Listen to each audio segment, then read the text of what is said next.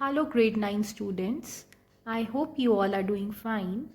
Now let's continue with our next topic of chapter quadrilaterals. It is the midpoint theorem.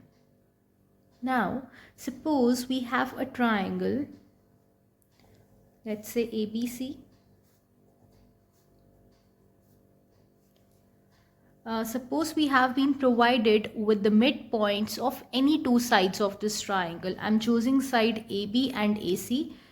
I'll take D as the midpoint of AB and E as the midpoint of AC. Now, if such conditions are given in a triangle, that is, the midpoints of two sides is given, then what we can say, according to midpoint theorem, the line segment which is joining the midpoints is parallel to the third side and is also equal to half of it. That means this DE will be parallel to BC and it is also equal to half of BC. See, you can take any type of triangle. I'll take a right angle triangle this time. Triangle can be isosceles, it can be a scalene triangle, that's your choice. You can take any type of triangle. Now, suppose D is given as the midpoint of BC and E is given as the midpoint of AC. If such conditions are given in a triangle, that is, the midpoints of two sides is given, then what we can say? We can say the line segment DE, that means the line segment which joins these midpoints, is parallel to the third side and is also equal to half of it. That means DE is parallel to AB and DE is also half of AB. This is midpoint theorem. Now let's look at its converse. Converse of the midpoint theorem. In short, we can write it as MPT. Suppose I have a triangle ABC and midpoint of just one side is provided. Let us say midpoint of AB is provided. It is also given this DE, let's say DE is parallel to BC. That means D is the midpoint of AB. It is also given DE is parallel to BC. If such conditions are given in a triangle, that is, midpoint of one side is given and the parallel condition is also given, then what we can infer out of it, that is what we can say, which is what is the converse of midpoint theorem. We can say DE is the midpoint of AC. We can say this E will be the midpoint of AC, or DE bisects AC, or we can say DE bisects AC. So its exact statement is the line drawn through the midpoint of one side of a triangle, this is the midpoint of one side of a triangle, parallel to another side, that means this line is parallel to BC, then it bisects the third side, that means this side will bisect the third side, or we can say E is the midpoint of AC. So this implies E is the midpoint of AC. So remember, when midpoint theorem can be used, this theorem can be used when we have been provided with the midpoints of two sides. And when converse can be used, when just one side's midpoint is given and the parallel condition is given, then we can use the converse of midpoint theorem.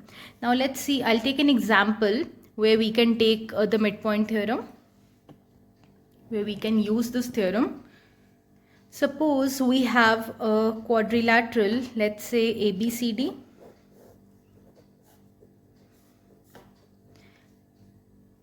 It is given P is the midpoint of AB, Q is the midpoint of BC, R is the midpoint of CD, and S is the midpoint of AD, DA. if we join PQRS, it will definitely be a parallelogram. That means on joining the midpoints of sides of a quadrilateral, what we get? We get a parallelogram. Now, why this is a parallelogram? Let's see. Join any one of the diagonals. Join any one of the diagonals. So basically we need to prove here PQRS is a parallelogram. And what is given? Given are the midpoints of the sides of quadrilateral. So in construction, what we have done, we have joined any one of the diagonals. I have joined AC. Now let's look at the proof. First of all, I'll tell you here, if I take this triangle ABC, I'm considering this triangle ABC. Here we can see P is the midpoint of AB and Q is the midpoint of BC. So we can apply midpoint theorem here. So the line segment which joins the midpoints of two sides will definitely be parallel to the third side and equal to half of it. So I can write this PQ will be parallel to AC and it would also be half of AC. Similarly, if I look at triangle ADC, S is the midpoint of AD and R is the midpoint of DC. So this SR will be parallel to AC and it will also be equal to half of it. The reason being midpoint theorem. So we can write SR is parallel to AC and SR is equal to half of AC. If I name it as equation 1, equation 2. Now from these two equations we can observe PQ is parallel to AC, SR is parallel to AC. So PQ and SR would be parallel to each other as these are parallel to the same line. And PQ is also half of AC, SR is half of AC. So we can say PQ is equal to SR. So here we have PQ parallel to SR and PQ is equal to SR. Let us observe this quadrilateral PQRS. In this quadrilateral, we have proved PQ is parallel to SR and PQ is also equal to SR. That means one pair of opposite sides is equal as well as parallel. So definitely this quadrilateral will become a parallelogram. This is how we need to do the proof here. Just mention midpoint theorem, midpoint theorem. Do mention the conditions there. This is how we can prove this figure as a parallelogram. So remember, whenever we are joining the midpoints of any quadrilateral, you can take any quadrilateral, take its midpoints, join them in order. The figure which is obtained would always be a parallelogram. Now let's look at the proof for the same question. We are supposed to prove this figure is a parallelogram.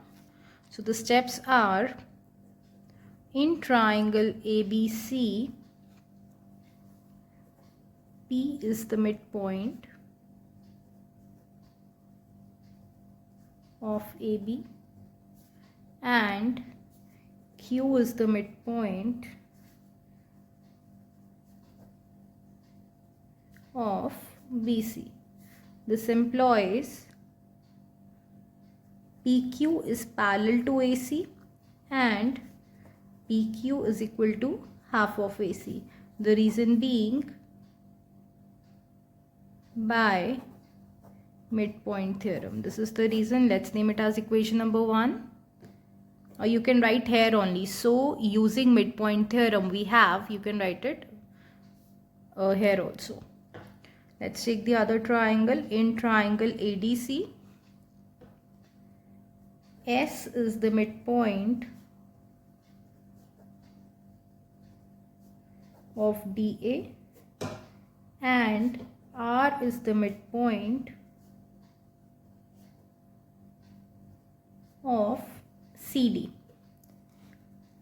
So by midpoint theorem we have SR is parallel to AC and SR is equal to half of AC. So let's name it as equation number 2. From 1 and 2, we have PQ is parallel to SR, as PQ and SR both are parallel to AC, and PQ is equal to SR, as both are equal to half of AC. So in this quadrilateral, one pair of opposite sides has become equal and parallel, so it is a parallelogram. It employs PQRS is a parallelogram, hence proved. Now this proof, this portion we will be using in maximum of the questions, using wherever midpoint theorem is to be used. Now question number 1 is based upon this concept only. In question number 1, we have been given this quadrilateral, midpoints are given, PQRS, and we have to prove, in the first part, we are supposed to prove SR is parallel to AC and SR is half of AC. So here we have proved it. In the second part, we are supposed to prove PQ is equal to SR. That also we have done here. And in the third part, we are supposed to prove PQRS is a parallelogram. So everything has been covered here itself. Question number 2 is ABCD is a rhombus and P, Q, R and S are the midpoints of the sides AB, BC, CD and D respectively. So let's take a rhombus.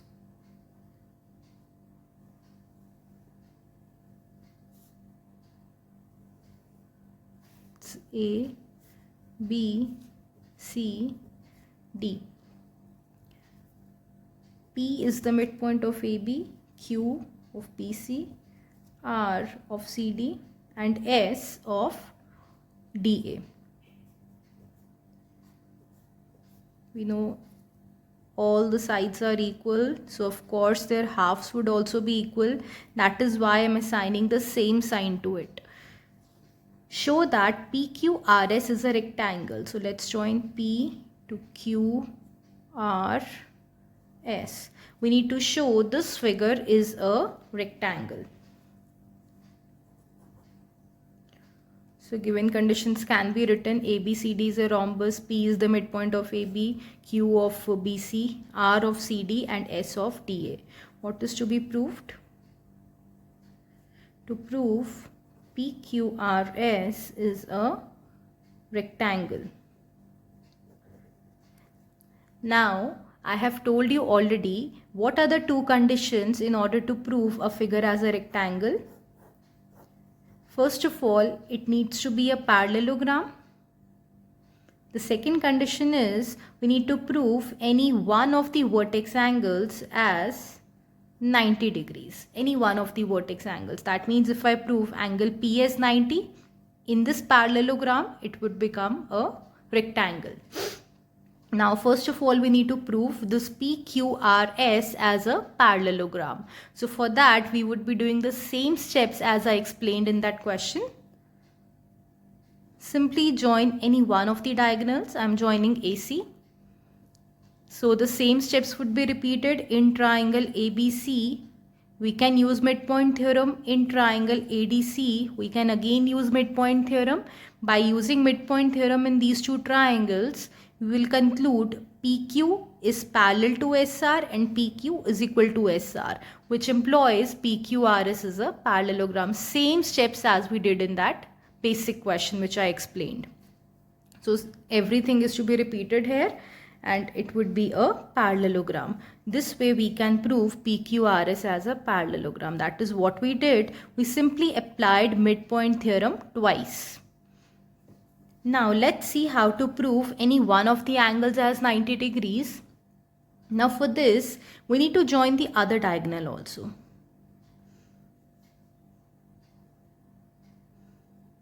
We need to join the other diagonal also. Now, first of all, I'll name it as T, U, V, W and let this be O.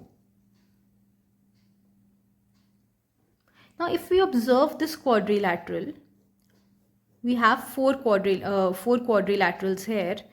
This is the first one, second one, third one, and this fourth one. Observe any one of them. I'm observing this one.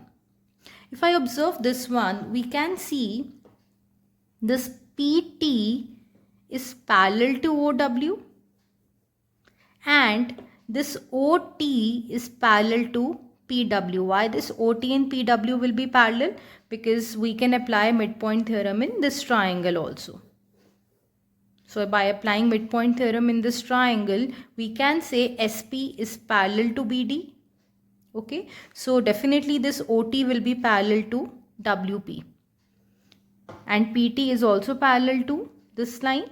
That means both the pairs of opposite sides have become parallel. So definitely this quadrilateral is a parallelogram. So this has turned out to be a parallelogram.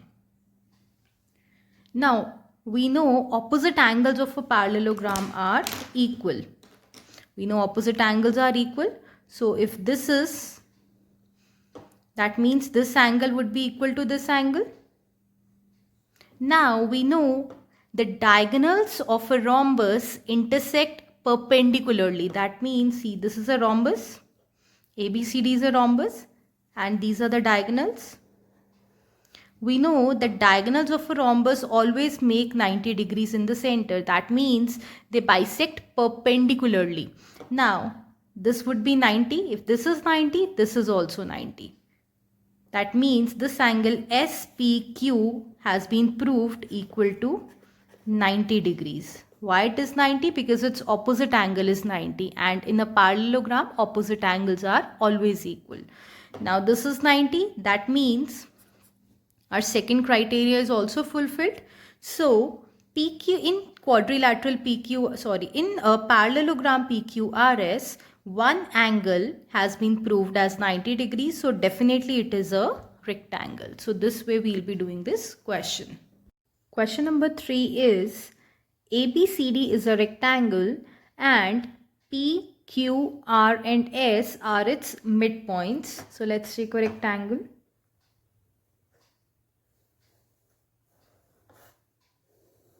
This is a rectangle A, B, C, D. P is the midpoint of AB, Q of BC, R of CD and S of DA.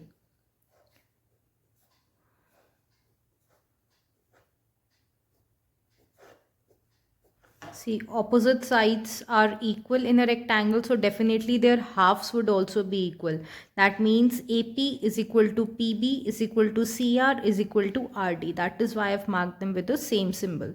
Similarly, these four halves are equal. Now, show that this quadrilateral PQRS is a rhombus. So we need to prove what is given basically. ABCD is a rectangle. What is to be proved?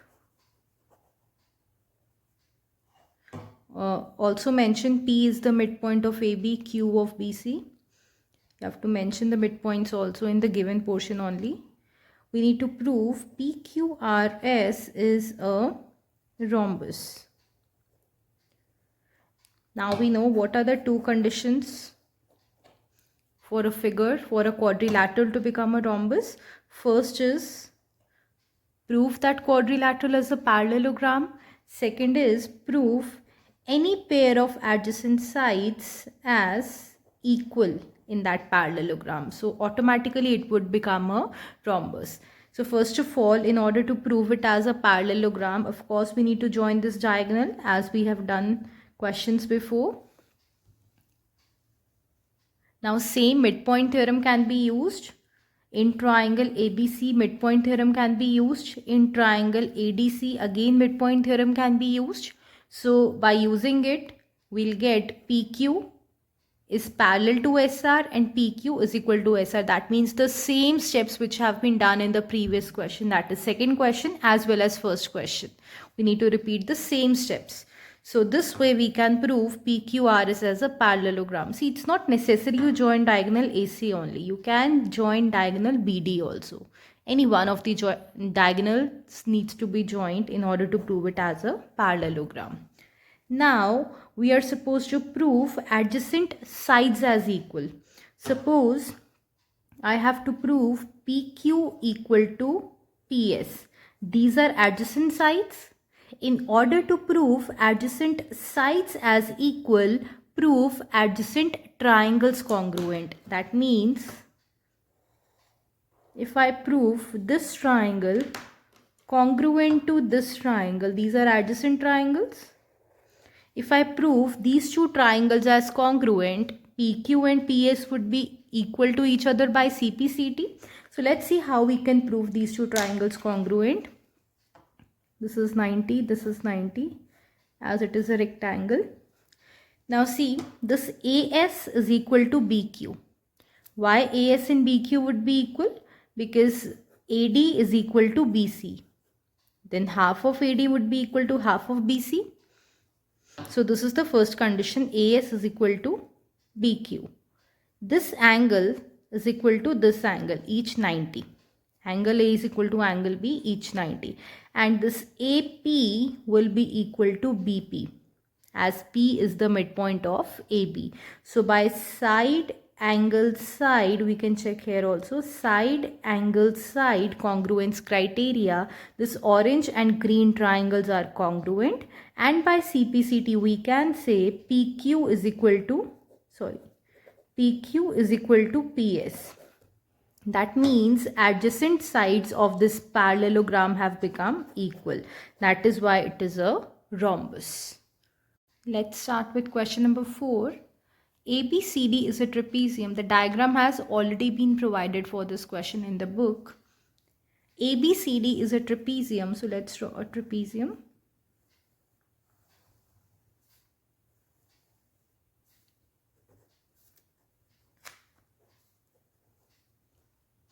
In which AB is parallel to DC. BD is a diagonal. So BD is joined. And E is the midpoint of AD. That means AE is equal to ED. A line is drawn through E parallel to AB. That means a line is drawn from here which is parallel to this line. So to AB intersecting BC at F. So this line is intersecting BC at point F. Show that F is the midpoint of BC. So what is given? Given is AB is parallel to DC, as it is a trapezium. E is the midpoint.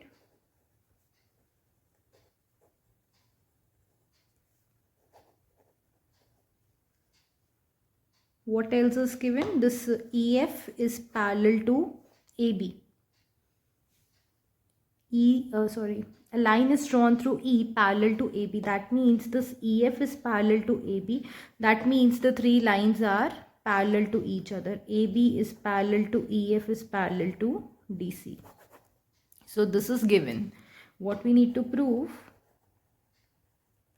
We need to prove F is the midpoint of BC. F is the midpoint of BC, or you can write BF is equal to FC. Let's look at its proof. Now if we observe this triangle,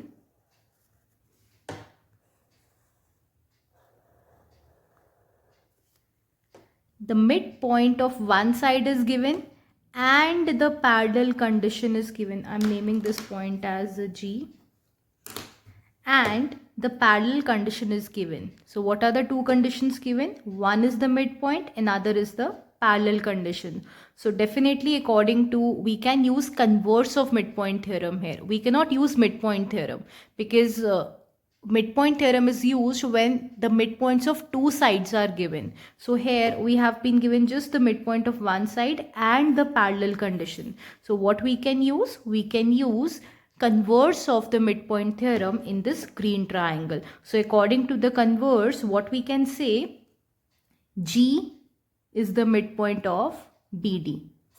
So this is according to the converse of midpoint theorem. Now let's come to the other triangle.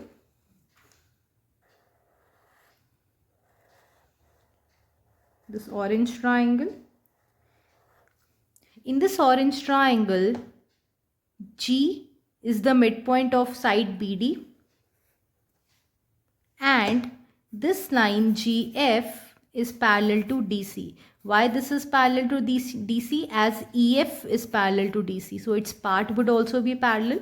So GF is parallel to DC and G is the midpoint. That means one side of triangle, midpoint of one side of triangle is given and the parallel condition is also given. So by the converse of midpoint theorem, we can say F is the midpoint of BC. So this way we are going to do this question. What I have done, simply I have used converse of the midpoint theorem twice. So let's start writing. In triangle ABD,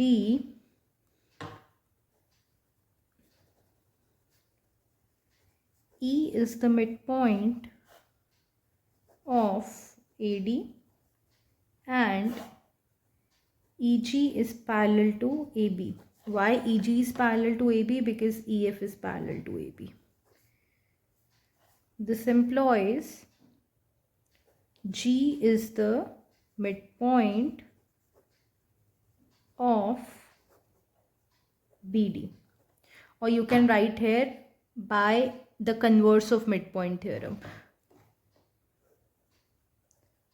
By the converse of midpoint theorem, what we can say? We can say G is the midpoint of AB, or you can mention it as a reason here. It employs BG is equal to GD. Let's name it as equation number 1. In triangle BDC, G is the midpoint of BD. From 1, you can name this as 1 or this as 1, that's your choice. And GF is parallel to DC. Why GF is parallel to DC? Because EF is parallel to DC. So this implies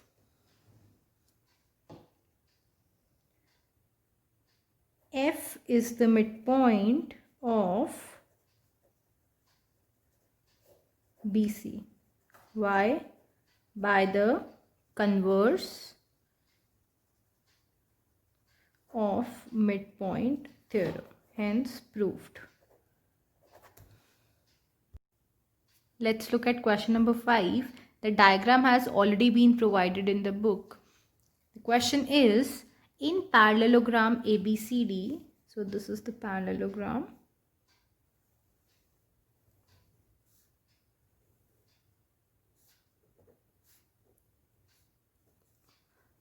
E and F are the midpoints of AB and CD respectively. So E is the midpoint of AB and F is the midpoint of CD. Show that the line segment AF, that means we need to join AF, and EC, we need to join EC, trisect the diagonal BD, that means first of all join this diagonal BD. Let's name it as F G H. We need to show this diagonal BD is being trisected. Bisect means being divided into 2 equal parts. Trisecting means dividing it into 3 equal parts. So we need to show this diagonal is being trisected. BG is equal to GH is equal to HD. This is what is to be proved. Given is, you can mention whatever is given, parallelogram and midpoints. We need to prove BG is equal to GH is equal to HD. Now, for doing this question, let's observe Okay, if I observe this triangle ABH, I can see the conditions which I have is midpoint of one side and the parallel condition. See, it's not given already. It's not given that these lines are parallel. It's not given already. So what we can do, first of all, we can prove this figure EGCF as a parallelogram. First of all, prove this figure as a parallelogram, then proceed, because we require this parallel condition. See how to prove this AECF as a parallelogram. This will be the first step. AB is parallel to DC and AB is equal to DC. That means half of AB will be equal to half of this DC, and it will also be parallel. AB is parallel to DC and AB is equal to DC. That means half of AB will be parallel to half of DC. Of course, if AB and DC are parallel, their parts would also be parallel. Half of AB would be equal to half of DC. So half of AB can be written as AE is parallel to half of DC, means the CF or FC, and half of AB means again AE is equal to CF. In this quadrilateral AECF, AE is parallel to CF and AE is equal to CF. That means one pair of opposite sides has become equal as well as parallel. So definitely this figure is a parallelogram. Now we can use the parallel condition. Let's come back. Triangle ABH. In this triangle, E is the midpoint of AB and this side is parallel to this side. That means, according to converse of midpoint theorem, by the converse of midpoint theorem, we can say G is the midpoint of BH. That means BG would be equal to GH. Let's name it as first equation. Now observe the other triangle. This one. If I observe this triangle DGC, in this triangle we have F as the midpoint of DC and FH is parallel to CG. That means we have conditions of midpoint of one side and the parallel one. That means definitely by the converse of midpoint theorem, H will be the midpoint of DG. By the converse of midpoint theorem, we will have H as the midpoint of DG. That means this HG will be equal to HD. So GH is equal to HD. Let's name it as second equation. From these two equations, we can say BG is equal to GH is equal to HD. This is the way, this is how we can prove it. So what I did, I simply applied the converse of midpoint theorem twice. Once I applied in this triangle, then I applied in this triangle. That's it. So let's continue. Question number 6. Show that the line segments joining the midpoints of the opposite sides of a quadrilateral bisect each other. Now let's see, what does it mean? Line segments joining the midpoints of opposite sides of a quadrilateral. That means a quadrilateral is given. The type of quadrilateral you can make. Show that the line segments joining the midpoints of opposite sides. So these are the opposite sides. Let's first of all take the midpoints. P, Q, R, S.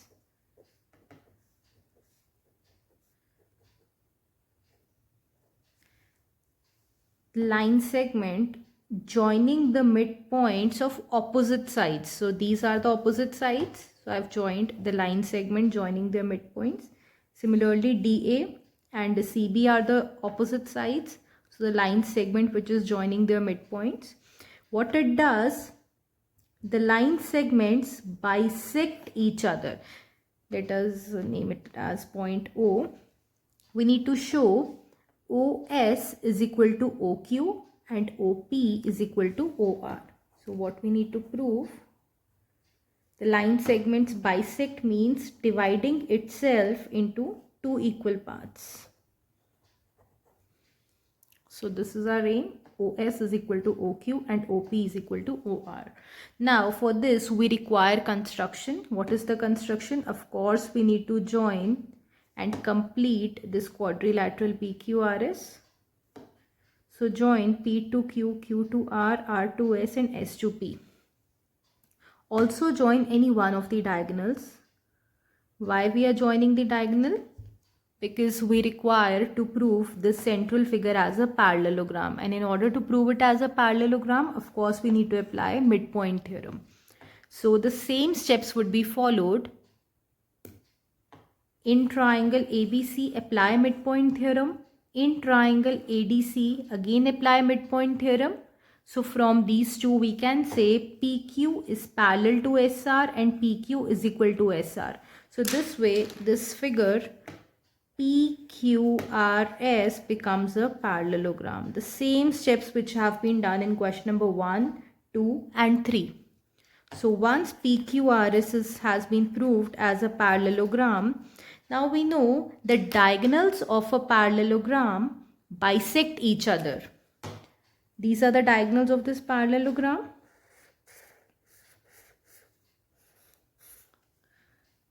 These are the diagonals of this parallelogram PQRS. We know diagonals of a parallelogram always bisect each other. So that means definitely this OS would be equal to OQ and OP would be equal to OR, as these are diagonals of parallelogram. So definitely they would bisect each other.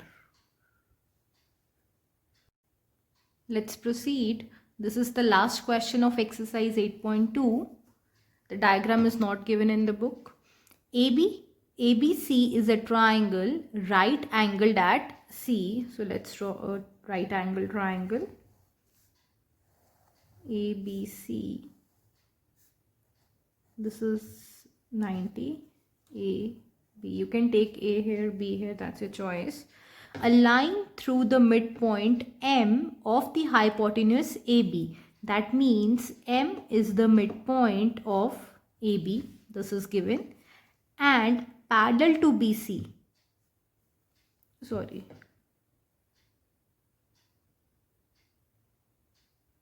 Yeah, there is a line which is parallel to BC. Intersects AC at D. That means it is given M is the midpoint.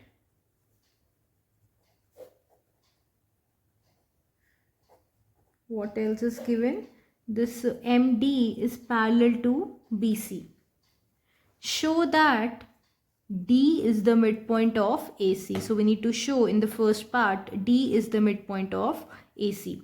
Now we can see in this triangle ABC, midpoint of one side is given and the parallel condition is given. That means we have been given with the midpoint of AB, and it is also given MD is parallel to this BC. So we can say by the converse of midpoint theorem, D is the midpoint of AC. So in a single line you can complete it. By the converse of midpoint theorem, we can say this D is midpoint of AC. This way we can do first part. Let's look at the second part. MD is perpendicular to AC. That means we need to show this is 90 degrees. Now we know these are parallel lines. These lines are parallel. This is a transversal. So definitely corresponding angles are equal. If this is 90, this would also be 90. See, these are parallel lines. This is a transversal. This is BC. This is DM. If this is 90, this would also be 90, as these are corresponding angles. So this way you can do the second part. Let's look at the third part. CM is equal to MA is equal to half of AB. CM, that means we need to join this. We need to prove CM is equal to MA is equal to half of AB. MA is already half of AB. This thing we have. We simply need to prove the CM is equal to MA. In order to prove CM is equal to MA, let's take these two triangles. This triangle and this triangle. This orange and green triangles. Let's try to prove them congruent. In these two triangles, we have CD is equal to AD. Why? Because D is the midpoint of AC. We have just proved in the first part. That means CD is equal to AD. This is the first condition. The second condition is this angle 1 of orange triangle is equal to angle 2 of this green triangle, each 90. And the third condition is this DM is common. So by side angle side congruence criteria, we can say these two triangles are congruent, and by CPCT we can say CM is equal to MA. This is by the CPCT of these two triangles. Now we know MA is already equal to half of AB. So we can say CM is equal to MA is equal to half of AB. This is how we need to do the third part. See, in the first part, we simply used the converse of the midpoint theorem. In second part, we used corresponding angles. In the third part, we proved the two triangles congruent by SAS criteria, and by CPCT we wrote CM is equal to MA, which is actually half of AB. Hence, proved. That's it. Thank you so much, children.